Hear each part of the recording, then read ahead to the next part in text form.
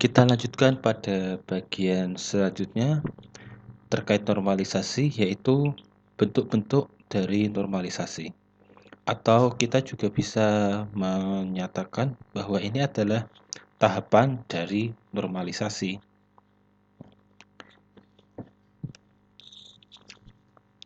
Yang pertama, kita recall lagi materi terlebih dahulu. Terkait normalisasi, sebuah tabel dikatakan baik atau tabel itu dikatakan efisien atau normal. Nah, normalisasi berarti membuat menjadi normal ya. Jika memenuhi 3 kriteria sebagai berikut. Yang pertama, jika ada dekomposisi atau penguraian tabel, jadi nanti satu tabel itu akan dibuat atau dikomposisi menjadi beberapa tabel. Maka dekomposisinya harus dijamin aman, atau bahasa kerennya adalah lossless joint decomposition. Apa artinya?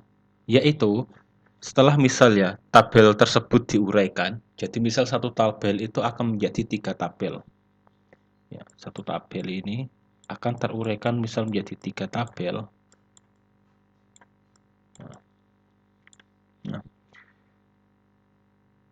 Nah, setelah tabel tersebut diuraikan atau didekomposisi menjadi tabel baru ini bisa menghasilkan tabel semula dengan sama persis. Maksudnya, tidak ada data yang hilang dari tabel pertama ini tadi. Nah, sehingga datanya bisa sama persis, tidak ada data yang menghilang. Yang kedua, tabel-tabel yang baru ini aman dari ketergantungan fungsional pada saat perubahan data yang disebut dengan dependency preservation. Kemudian tidak melanggar Boyce Code Normal Form atau BCNF. Namun, jika nantinya kriteria ketiga ini, yaitu Boyce Code Normal Form, tidak terpenuhi, setidaknya tabel tersebut tidak melanggar bentuk normal tahap ketiga atau Third Normal Form, 3NF. Ya. Normalisasi sendiri tujuannya adalah menghilangkan masalah-masalah akibat ketergantungan atau dependencies. Ketergantungan yang sudah kita pelajari pada bagian sebelumnya. Kemudian struktur data dalam tabel dirancang sedemikian rupa sehingga atribut-atribut yang bukan merupakan kunci atau case hanya bergantung atau tergantung pada atribut-atribut kunci saja. Nah, di sini ada beberapa bentuk normalisasi yang bisa juga dikatakan sebagai tahapan normalisasi. Yang pertama bentuk tidak normal, kemudian bentuk normal pertama, bentuk normal kedua, bentuk normal ketiga, selanjutnya ada bentuk normal Boyce Code, kemudian bentuk normal keempat, dan bentuk normal kelima. Nah, dalam kuliah ini akan dipelajari 4 bentuk pertama ini, dari bentuk tidak normal, bentuk pertama, bentuk kedua, bentuk ketiga. Nah, ini bisa dipelajari sendiri, namun dalam database relasional kita yang akan kita pelajari ke depannya, 4 bentuk ini sudah lebih dari cukup. Nah, selanjutnya,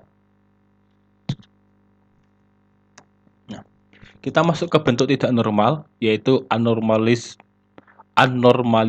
form atau ditulis biasanya 0NF. Nah, dalam bentuk ini jika kita punya misal struk belanja, struk gaji, ataupun beberapa data yang kita bisa lihat ada data di situ, dari data struk itu atau faktur penjualan dan lain sebagainya, data kemudian disajikan dalam suatu tabel 2 dimensi secara mentah atau raw. Jadi seadanya data itu dibentuk dalam bentuk tabel 2 dimensi saja. Pada bentuk yang tidak normal ini ya, namanya saja bentuk tidak normal, sangat mungkin terjadi anomali data. Yang tadi ada anomali insert, update, dan delete, juga inkonsistensi data terkait duplikasi atau redundansi, ada data null, juga masalah dependensi atau masalah ketergantungan. Nah, jadi bentuk tidak normal ini pasti akan mendapatkan yang seperti ini, terjadi anomali dan inkonsistensi data. Nah, ini sebagai contoh, jadi misal sudah ada tabel bentuk tidak normal, jadi dari data yang mentah ini kita punya data tabel tidak normal. Yang pertama ada tabel pegawai, berisi 4 atribut, name, nama, status, keahlian. Ini karena tinggal dimasukkan saja, di input saja ya. Nah, dalam tabel tidak normal ini ada satu masalah, yaitu nah, di dalam atribut keahlian, di mana di sini, nah, di sini dalam satu atribut ini ada yang mempunyai multi-valued atribut. Nah, atribut yang nilainya banyak. Kita ingat kembali jenis-jenis atribut. Nah, ini multi-value atribut, multi-valued atribut atau atribut bernilai banyak. Bisa kita lihat seorang pegawai dengan NIP N01 itu punya keahlian R dan SPSS 2. Yang N03 keahliannya Minitab satu saja. Yang N06 keahliannya adalah Python dan MySQL. Jadi ada 2.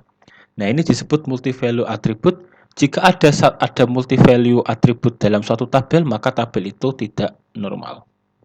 Bentuknya null and F. Atau tabel pegawai yang kedua. Ini pada dasarnya sama, ya. Cuma di sini dibentuk dalam format ini.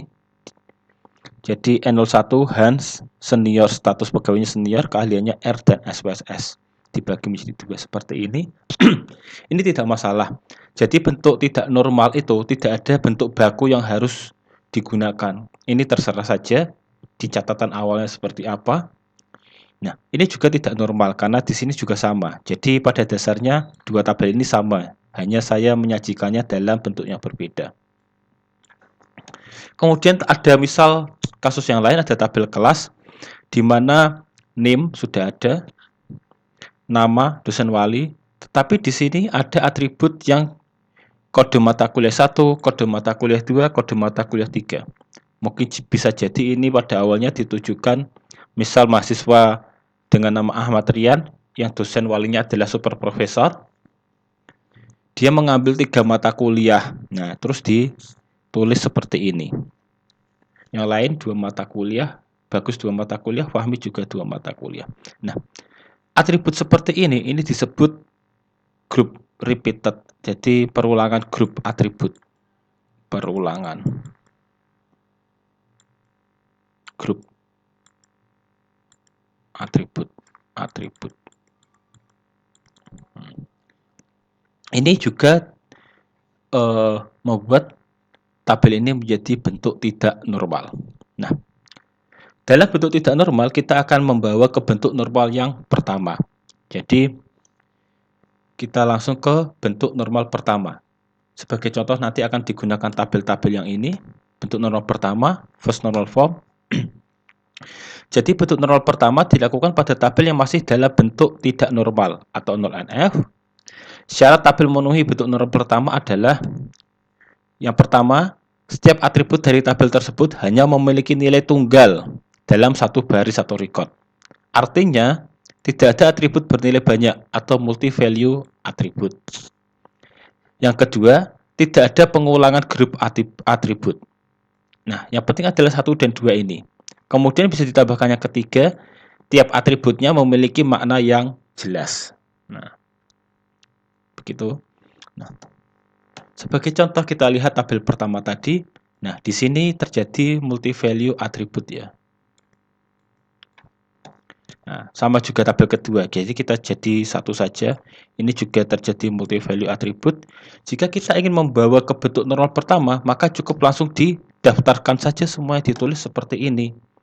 Jadi N01 Hans senior R, kita tuliskan N01 Hans senior R. Kemudian N01 Hans senior SPSS, ditulis lagi N01 Hans senior SPSS. Kemudian N03 Fadi magang Minitab, karena ada satu, tulis saja lagi seperti ini. Dan yang pegawai yang ketiga yaitu Alip dengan nomor induk pegawai N06. N06 Alip junior Python, N06 Alip junior MySQL. Sama seperti Hans tadi. Jadi pertama kita mengatasi multi-value atribut, ditulis saja semuanya. Ditulis saja semua seperti bentuk ini. Nah, kemudian kan nanti akan ada pertanyaan. Nah, Di sini akan terjadi redundansi di sini. Nah, sini terjadi redundansi. Nah, ini juga ya. Nah, redundansi. Nah, ini tidak masalah dalam bentuk normal yang pertama. Kita tulis saja seperti ini. Karena bentuk normal pertama tujuannya adalah menghilangkan multi value atribut ini. Nah, menghilangkan MA, multi value atribut. Dengan cara ditulis ulang semuanya ya. Nah, itu yang pertama. Kemudian kita lihat tabel yang kedua, tabel kelas. Nah, di sini perulangan grup tadi ya. Perulangan grup. Bentuk tabel ini nanti kita cukup menuliskan kode MK sebanyak 1 kali. Nah, sehingga nanti bentuknya akan menjadi seperti ini. Ahmad Rian, Super Profesor, mengambil mata kuliah Stat 103. Nah, kita masukkan ke sini. Kemudian Ahmad Rian, Super Profesor, mengambil mata kuliah 104. Nah, 104 di sini.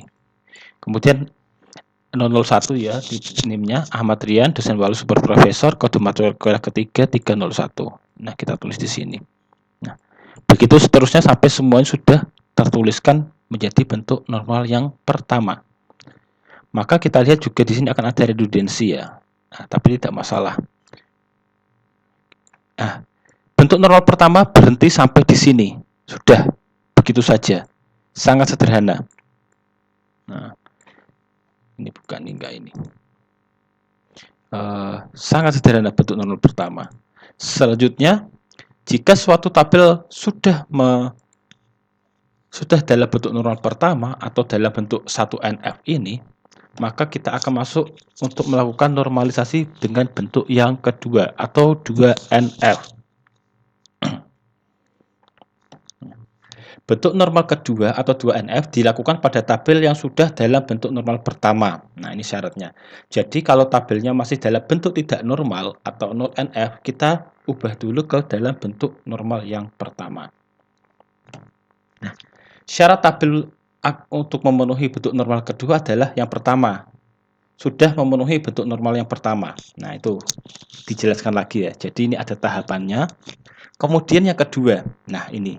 Syarat kedua adalah setiap atribut bukan key, nah, atribut-atribut yang bukan key harus memiliki fully functional dependent. Nah, disinilah kita pentingnya belajar tentang functional dependencies. Jadi, selebihnya akan saya singkat fully FD saja ya. Jadi, setiap atribut bukan key, setiap atribut yang bukan kunci, harus memiliki fully FD pada atribut primary key-nya. Nah, ini sudah dijelaskan ada primary key. Atau atribut bukan key ini tidak boleh memiliki partially FD pada atribut primary key. Nah, tadi kan kita sudah belajar ya. Apa itu fully FD, apa itu partially FD. Nah, di bentuk normal kedua inilah konsep tersebut digunakan. Jadi yang pertama, memenuhi bentuk normal pertama. Setelah itu, setiap atribut bukan key harus fully FD pada primary key, atau dengan kata lain, setiap atribut bukan key tidak boleh partially FD pada atribut primary key. Nah, jika ada atribut yang tidak memenuhi syarat tersebut dapat dipindah atau dihilangkan, atau dengan kata lain kita lakukan dekomposisi tabel. Kemudian catatan untuk bentuk kedua ini, sehingga untuk membawa ke bentuk normal kedua, harus sudah ditentukan kunci-kunci pada atribut itu. Nah, kita lihat lagi di tabel yang pertama tadi. Nah, ini tabel bentuk yang pertama. Ini contohnya, ini sudah harus kita tentukan key-nya. Terutama kita tentukan primary key-nya apa. Sehingga nanti bisa kita proses untuk bentuk yang kedua. Nah, sebagai contoh yang pertama untuk bentuk kedua. Nah, ini ada tabel dengan 3 atribut. Atribut pertama NIM, atribut kedua kode mata kuliah, dan atribut yang ketiga adalah biaya. Nah, kita lihat apa primary key-nya. Tapi sebelum kita cari primary key-nya, kita harus pastikan dulu bahwa ini sudah memenuhi bentuk normal yang pertama 1NF, dan ini sudah memenuhi karena semuanya sudah terisi datanya, tidak ada multi value atribut, dan juga tidak ada perolehan grup atribut, sehingga ini sudah bentuk yang pertama. Nah, kita lihat apa primary key-nya. Primary key kan harus unik ya, setiap baris itu harus unik, tidak ada yang sama. Pertama kita lihat NIM, ini NIM 01, 02, 01, oh ada 01 lagi, 04, ini 04 lagi, ini 02, oh berarti NIM sendiri itu, NIM sendirian bukan primary key. Kemudian kode mata kuliah Y101, Y102, Y104, Y103, loh Y101, oh ada lagi Y101, berarti kode mata kuliah sendirian bukan primary key. Kemudian ada biaya 1000, 1000, 1000, ini sudah gambar, ini juga bukan primary key. Namun bisa kita lihat lagi di sini ada dengan jelas terlihat bahwa nanti kita bisa tentukan bahwa NIM dan kode mata kuliah secara bersamaan adalah primary key-nya. Mengapa? Nah, kita lihat NIM 01 pasti hanya akan mengambil mata kuliah Y101 satu kali ya, jika lancar. NIM 02 juga hanya mengambil mata kuliah Y102. Jadi pasangan NIM kode mata kuliah ini hanya ada satu. Demikian seterusnya sampai yang terakhir. Nah, karena kombinasi dari NIM dan kode mata kuliah ini ya, ini kedua atribut ini membentuk primary key. Kita bisa melihat, kemudian kita bisa melihat biaya. Jadi kita sudah dapat NIM dan kode mata kuliah sebagai atribut primary key, dan biaya ini bukan key. Nah, kita bisa tentukan bahwa itu bukan key. Nah, kita lihat lagi di sini, setiap atribut bukan key harus memiliki functionally FD pada atribut primary key, atau atribut bukan key tidak boleh memiliki partially FD pada atribut primary key. Nah, kita lihat. Jadi biaya ini harus fully FD pada NIM dan kode mata kuliah. Jika ternyata biaya hanya bergantung pada NIM saja, atau biaya hanya bergantung pada kode mata kuliah saja, maka itu nanti biaya disebut partially FD. Nah, kita lihat apakah biaya akan dengan kode mata kuliah saja itu bisa ditentukan, atau biaya bisa ditentukan dengan NIM saja. Nah, kalau kita lihat sekilas atau lihat lebih dalam lagi, biaya ini sangat tergantung dengan kode mata kuliah, tetapi biaya tidak tergantung pada NIM. Benar ya? Jadi mata kuliah Y101 ini biayanya 1000, Y102 1500, Y104 2000, Y103 1000. Nah, kita lihat nilai yang sama, Y101 juga 1000 di sini ya. Nah, ini sama. Jadi biaya ini akan bergantung pada kode mata kuliah. Nah, jadi kode mata kuliah akan mempengaruhi biaya. Tetapi karena primary key-nya adalah NIM dan kode mata kuliah, maka biaya disebut partially functional dependencies atau partially FD terhadap primary key-nya. Sehingga karena ada partially FD pada atribut key, saya ulangi lagi, karena ada partially FD dari atribut bukan key terhadap atribut key, benar ya?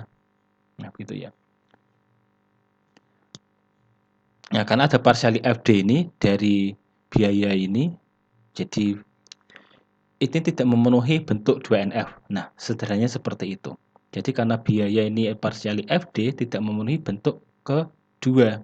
Nah, bagaimana jika kita menemui kasus seperti ini? Jika tidak memenuhi bentuk kedua, maka atribut bukan key ini kita istilahnya keluarkan atau dikomposisikan dari tabel tersebut. Sehingga nantinya kita memisah tabel ini ya. Nah, tabel ini terpisah. Nah, pertama gitu dulu. Berarti akan ada dua tabel, NIM, kemudian kode MK gitu ya. Nah, dengan datanya seperti ini ya. Kemudian ada tabel biaya. Oke, biaya. NIM dengan kode MK. Sepertinya tidak akan ada masalah karena NIM 001 mengambil Y101. Nah, kita tuliskan saja di sini. Ini masuk sini. Ini juga datanya dituliskan lagi dan seterusnya ya sampai semua data ini terakomodasi pada tabel NIM. Nah, sedangkan tabel biaya ini kan ada.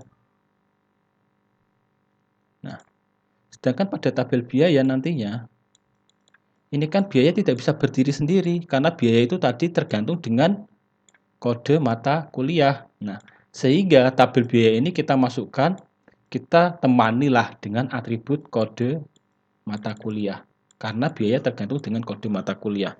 Sedangkan tabel yang pertama tadi, NIM dan kode MK ini sudah berpasangan ya. Dan kalau dilihat sudah bagus. Nah, sudah functional dependent. Nah, di sini kode mata kuliah. Jadi kita lihat, kita kopikan saja ini semua di sini.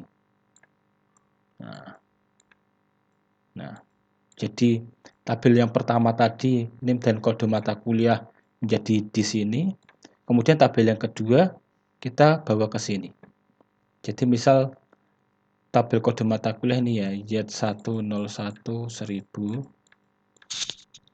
Y102 2000, Y104 2000, Y103 1000, Y101 1000, Y105 2000. Nah, sudah seperti ini. Nah, ini sudah menjadi dua tabel.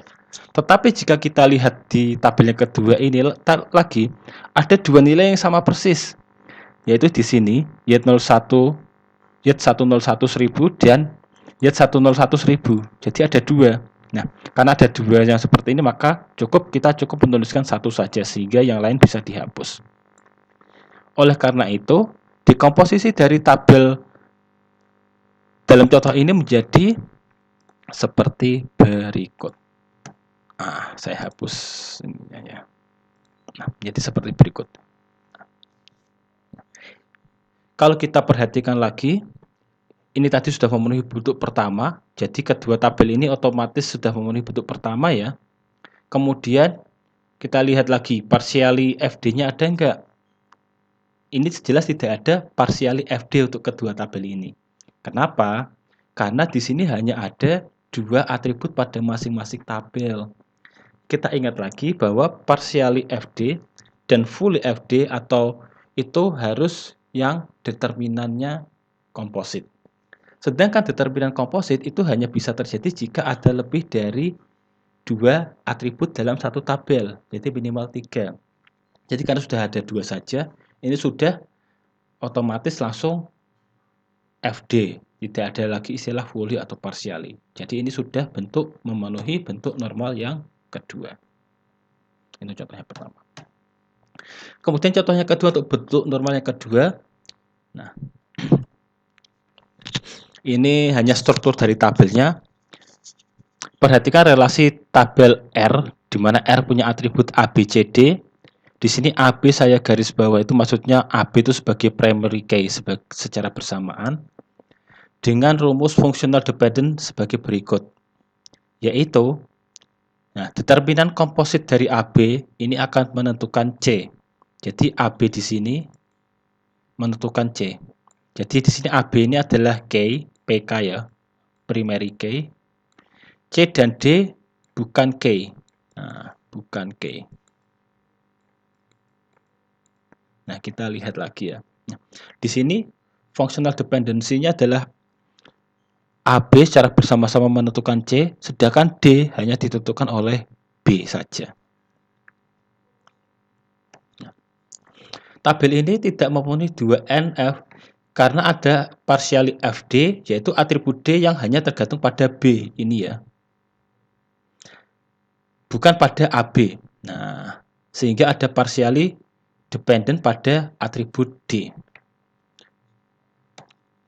Nah, supaya tabel R ini tadi menjadi bentuk normal kedua, kita lakukan dikomposisi menjadi tabel seperti ini. Jadi tabel pertama yaitu dengan atribut A, B, C. Nah, karena di sini sudah fully FD ya. Nah, ini fully FD. Ini part yang BD, ini partial FD.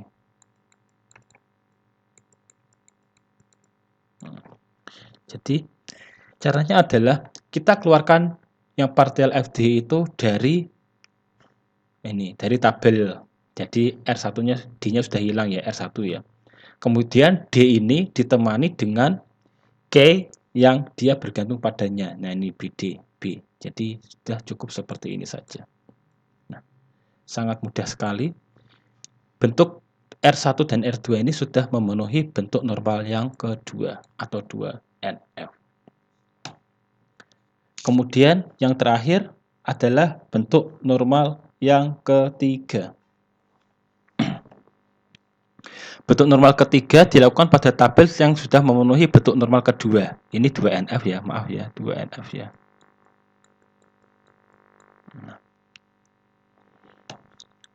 Syarat tabel memenuhi bentuk normal yang ketiga adalah, ya, yang pertama tadi memenuhi bentuk normal kedua atau 2NF tadi.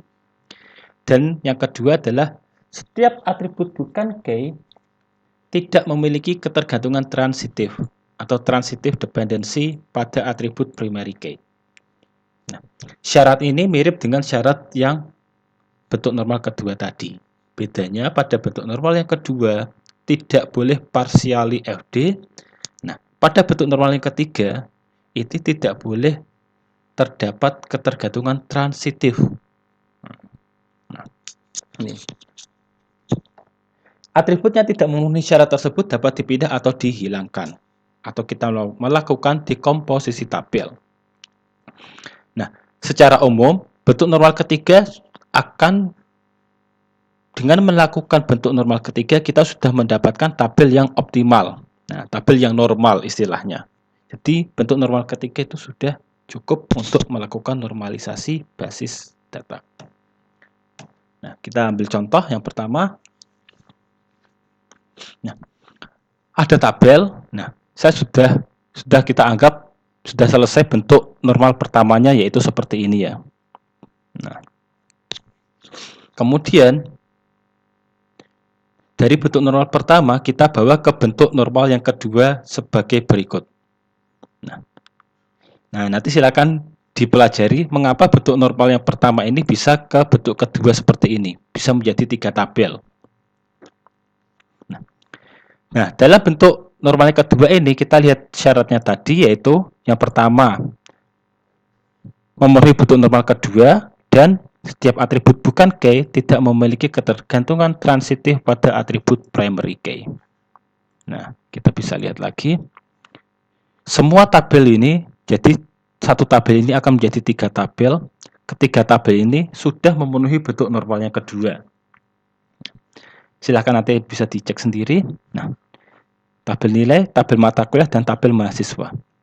Tetapi di sini ada masalah pada bentuk normal yang ketiga. Nah, di sini sudah jelas. Terlihat bahwa pada tabel nilai terdapat ketergantungan transitif, yaitu nilai huruf akan mempengaruhi bobot, atau bobot itu sangat bergantung pada nilai huruf. Nah, mudah ya. Jadi misal Anda mendapatkan nilai B dalam suatu mata kuliah, maka bobotnya adalah 3. Anda mendapatkan nilai A dalam suatu mata kuliah, bobotnya adalah 4. Nah, seperti itu ya. Nah, di mana di sini adalah primary key-nya adalah NIM dan kode mata kuliah. Nah,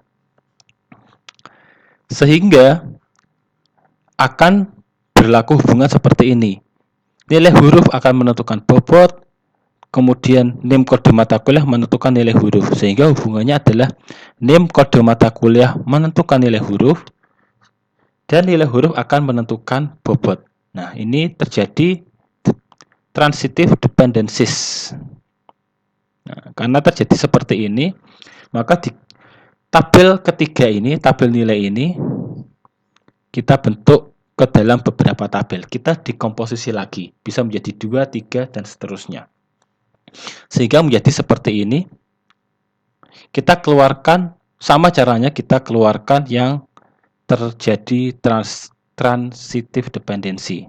Karena bobot tadi yang mau menyebabkan transitive dependency, bobot kita keluarkan. Sehingga 3 atribut yang pertama ini akan berdiri menjadi tabel sendiri. Kemudian bobotnya kita jadikan satu tabel terpisah dengan ditemani oleh, nah, yang dia bergantung pada siapa. Karena dia bergantung pada nilai huruf, maka dia ditemani oleh nilai huruf dan bobot. Kemudian datanya bisa Anda lengkapi, misalnya ya, kalau di sini kan ada data A, B, C saja, sedangkan D dan E tidak ada. Nah, misal ini tidak ditulis juga tidak masalah. Tapi misal ada data baru atau pengetahuan yang sudah diketahui, informasi yang sudah diketahui, kita bisa melengkapi seperti ini datanya. Sehingga kita sudah memperoleh bahwa tabel nilai ini sudah memenuhi bentuk ketiga, karena sudah tidak mengandung transitive dependencies lagi. Jadi tabel nilai akan menjadi 2 buah tabel, dan 2 tabel yang lain itu sudah dalam bentuk ketiga. Sehingga semua tabel ini sudah dalam bentuk normal yang ketiga. Jadi dalam satu tabel ini akan menjadi bentuk normal ketiga menjadi 4 buah tabel yang tersendiri. Nah, 4 tabel ini nanti kita akan bisa menghilangkan inkonsistensi data tadi. Sudah hilang karena dependensiesnya sudah diatasi semua. Masalah ketergantungan sudah diatasi. Dan yang kedua, kita bisa mendapatkan bentuk yang bebas dari anomali. Misal di sini ada mahasiswa baru masuk. Nah, mahasiswa baru masuk tahun semester pertama. Dia akan ditambahkan cukup menambahkan data di bawah ini ya. Kita cukup perlu memasukkan datanya di sini. Apakah perlu memasukkan informasi mahasiswa tersebut ke tabel yang lainnya? Nah, tentu saja tidak perlu, karena ini tidak akan berpengaruh pada tabel yang lainnya, sehingga insert anomalinya sudah bisa diatasi di sini ya.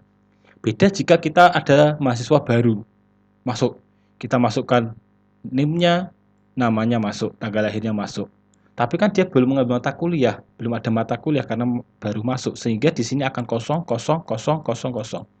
Mata kuliahnya belum diambil, apalagi dapat nilainya, pasti belum ada nilainya, kuliahnya saja belum. Sehingga kalau kita input datanya di tabel yang bentuk pertama ini, maka itu tidak bisa dilakukan karena akan terjadi anomali penyisipan atau insert anomali. Sedangkan ketika dalam bentuk 3, kita sudah mendapatkan tabel, tinggal masukkan saja nama mahasiswanya. Demikian pula misal Bagus Suwanto, dia mengambil mata kuliah baru, tinggal masukkan saja data Bagus Suwanto di tabel. Nah, tabel mata kuliah nanti, tabel nilai ya. Nah, misal ya, nah, seperti ini. Nah, begitu sampai yang ketiga. Jadi misal Bagus Suwanto sudah mendapatkan nilai mata kuliah, ini belum mengambil ya, mendapatkan nilai mata kuliah, nanti bisa ditambahkan di sini. Atau ada mata kuliah baru yang diselenggarakan, cukup ditambahkan di sini saja. Maka yang lain tidak perlu ikut diubah. Nah, begitu. Nah, apakah nanti berhenti cukup sampai 3NF? Tidak, karena masih ada tahapan-tahapan yang selanjutnya.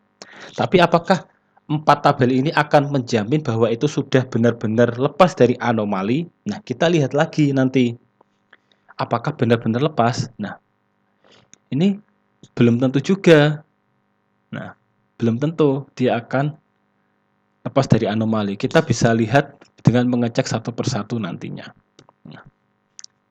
Nah, ini akan bisa mudah kita temui kalau kita sudah praktek dengan langsung dari misal ada stroke, ada transkrip nilai dan sebagainya, kita bisa memasukkan datanya. Nanti akan dicoba di bagian selanjutnya. Nah, Kemudian contoh kedua untuk bentuk normal ketiga, yaitu misal ada relasi ABCD dengan A dan B adalah primary key. Sudah di garis bawah ya. Nah, di mana primary key dari AB ini menentukan C, sedangkan C menentukan D, dan AB ini tidak menentukan D ya. Nah, tidak diketahui. AB menentukan D tidak. Jadi AB harusnya dikasih tahu tidak menentukan D. Sehingga di sini nanti akan terjadi transitive dependent, yaitu atribut D bergantung pada atribut C, di mana atribut C bukan merupakan primary key. Kita lihat bahwa tadi primary key-nya adalah A dan B. Sedangkan atribut C sendiri bergantung pada primary key AB. Nah, C bergantung pada AB. Kita bisa dilihat di sini. Sehingga bentuk struktur tabel ini jika akan dibawa ke bentuk 3NF, maka kita perlu melakukan dekomposisi, yaitu nah seperti tadi caranya, sehingga diperoleh kita keluarkan transitive dependent-nya, yaitu atribut D sendiri, kemudian ditemani dengan determinannya dari D itu, yaitu C. Nah, sudah menjadi atribut sendiri. Kemudian tabel yang tadi, yang pertama juga sudah jadi atribut tabel tersendiri. Nah, demikian sampai bentuk normal yang ketiga. Jika nanti sampai bentuk normal ketiga, ternyata kita lihat masih terdapat anomali, misalnya insert, update, ataupun delete, kita bisa menambahkan suatu tabel bantu. Bisa menambahkan suatu tabel bantu tertentu. Dalam kasus-kasus khusus itu bisa. Oke.